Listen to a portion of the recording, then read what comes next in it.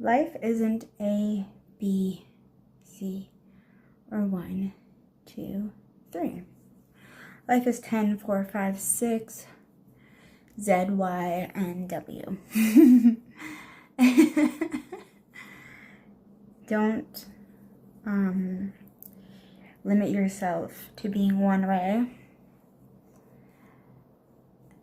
There is good and bad in what you are in every different day, in every different way. There's good and bad in it.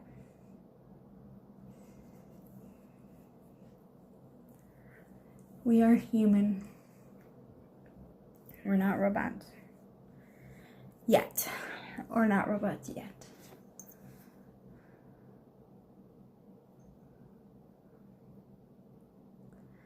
I am waking up to the fact that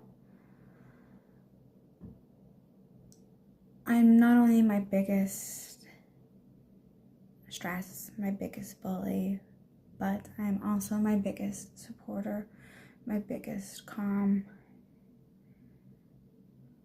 my biggest supporter. And I honor all these moments where I'm being all that I can be for that day, for that moment, for that minute. And I'm taking it on the chin as nothing is that serious, nothing is that deep. Whatever happens, your world's not gonna end. We all know that when we have those moments when we feel like our world's gonna end, when there's something that has occurred that makes us feel like our world's gonna end, we overcome. We usually overcome. We usually rise above.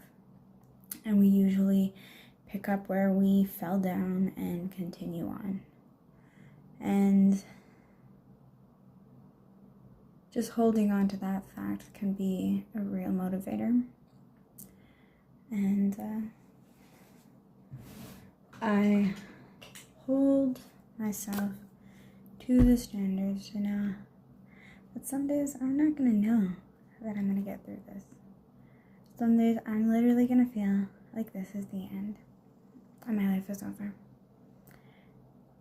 But there will come again a time when I get up and I realize, oh, it's not over yet.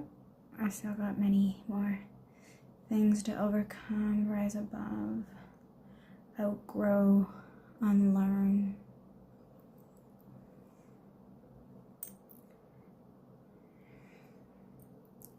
We are all being curated to exactly what we are meant to be.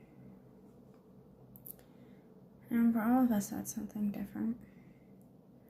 What your end purpose is different than what another's end purpose is. That's why comparing and feeling any which way about anyone is never an option that is healthy, healing. It's an option that actually kind of cripples you.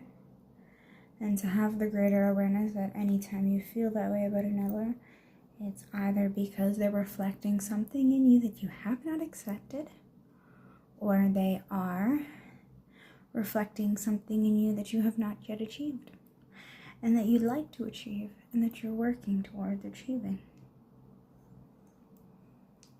Life is a matter of acceptance and then detachment.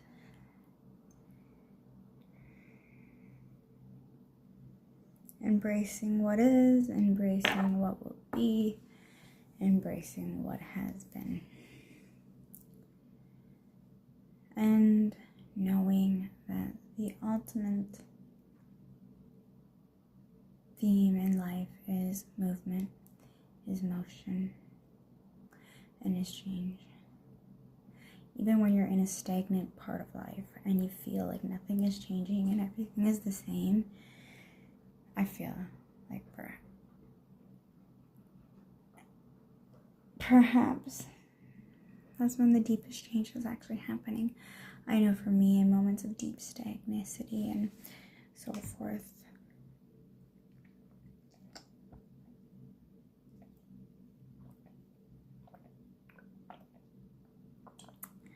that was good. So that's my skincare routine out of the shower, though.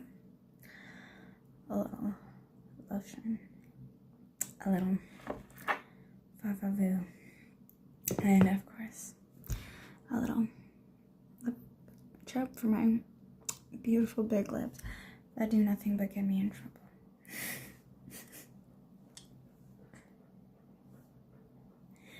Then after that, I do a hair routine where I brush my hair, I put oils in it, and preferably braid it. I actually had the weirdest thing happen yesterday where my hair was curly and it was down and it was just so long, and I was like, oh my god, why? More like, oh my god, thank you, God, for my beautiful long hair, my beautiful regenerating hair. And honestly, that's kind of a beautiful analogy to change in a stagnant place. Hair growth. It's not something you can see or notice in the present, but with the beautiful rendering of time, how it never ends and it just keeps going, you eventually recognize and notice the growth in your hair. And I truly believe that's what stagnant change is like, where despite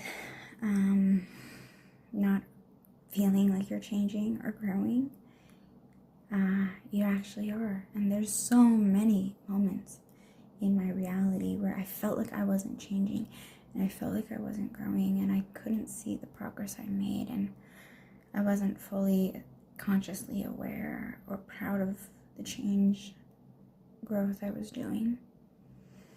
And then I would like sit there and honestly cry profoundly, because I was like, whoa, I have changed, I have grown.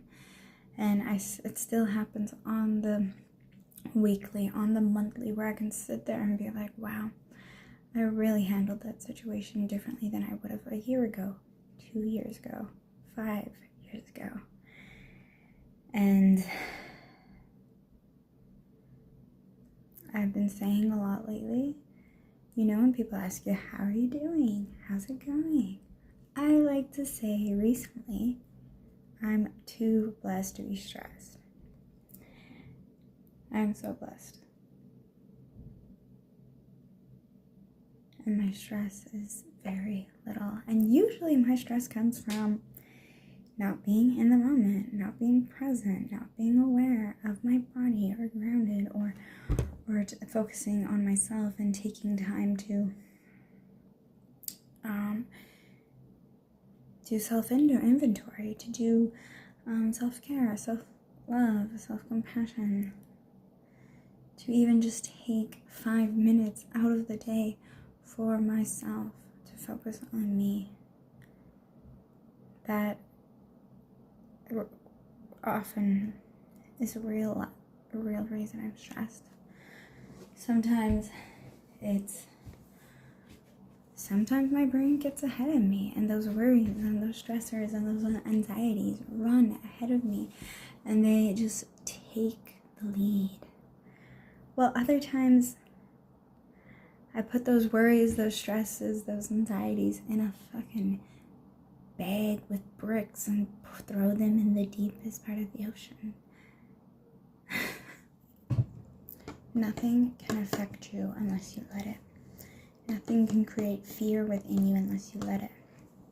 Nothing can cause you to stress unless you let it.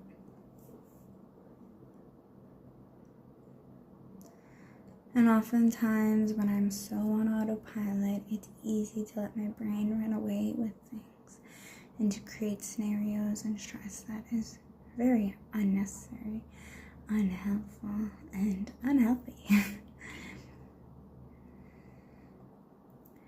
I do, however, see the good in those situations. In the situations of allowing my brain to run away with things. I see the good in it. I see the benefits. I see how it's useful for reminders to slow down, for reminders that I am the only one who can determine what my inside reality is doing, including my beautiful brain running away with things. I have an active imagination. Very, very active imagination. And when I don't utilize it for creativity, it has the ability to breed insanity. I've said this before and I'll say this again. I can never go any more insane than I've already gone.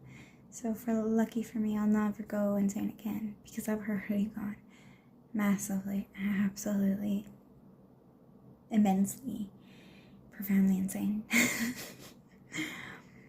And I am blessed for those moments and those times that I have went immensely insane.